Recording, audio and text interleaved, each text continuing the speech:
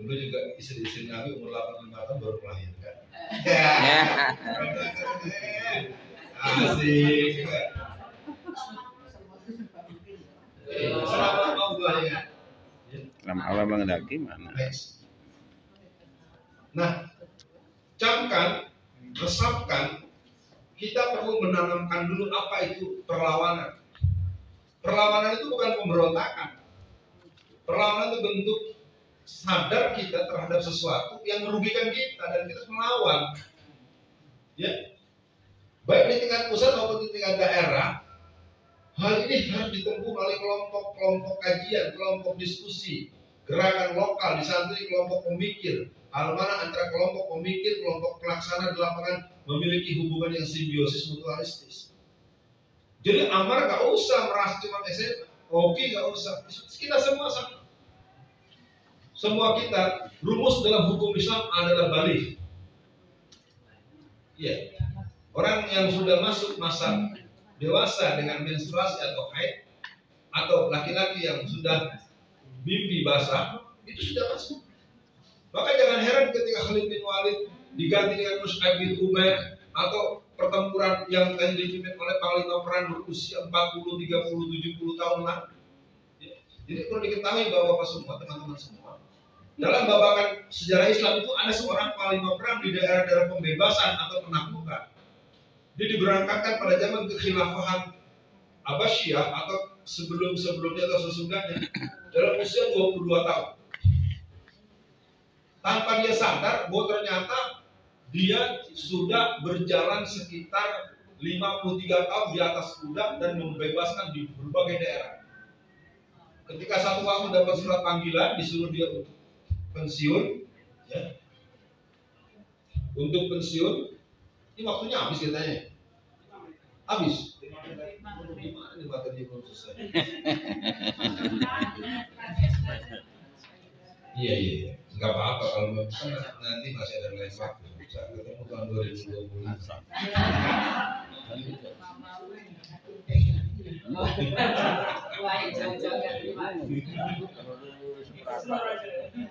Next.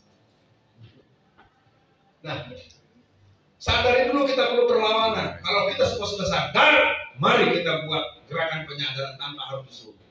Maka gerakan seperti ini walaupun kecil cuma 19-an orang tidak akan pernah harus. Karena untuk memencet tombol nggak perlu cukup satu telunjuk memencet tombol. Kalau sistem di ruangan ini tombolnya cuma satu, truk hidup semua, truk mati semua.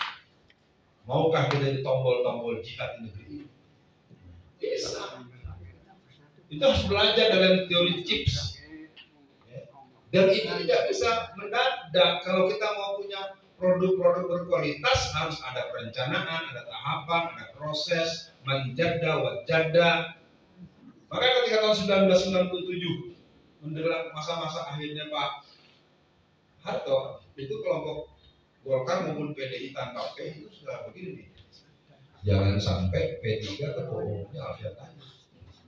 Iya, kalau mau tahu, wah kalau sampai nggak mungkin saya jadi seorang miskin. Anda bisa menang ormas maupun orpol kalau nggak bisa ngasih duit 10, 50, 50, total 200 miliar. Nggak bakal menang.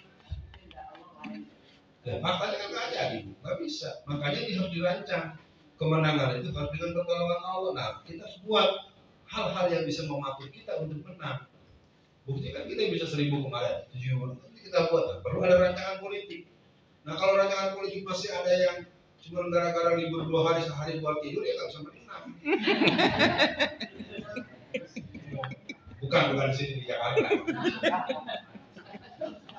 Gerakan penyadaran dilakukan melalui jalur pendidikan namanya Mas. Luas, dari penggunaan kelembagaan pendidikan formal, pusat-pusat kajian majelis ilmu, atau tempat-tempat berkumpul di masyarakat secara luas dan umum. Aktivitas dilakukan oleh aktivitas gerakan perlawanan sesuai dengan tingkat persoalan yang dihadapi, teritorial dan kompleksitas persoalan. Bab demi bab, bagian demi bagian, kalau nanti kita diskusikan, kita ketemu penyadaran bagaimana agar sehari bisa baca. Soekarno itu tiap hari itu baca 6 buah buku. Ya. Jadi buku misalnya tentang politik, tentang ideologi, tentang strategi, tentang geopolitik.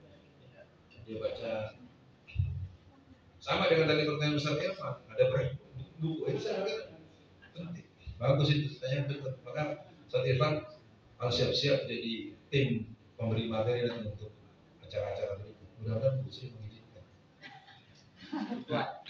Next. Gerakan penguatan. Perlawanan disadari, kesadaran digelarkan, lakukan penguatan.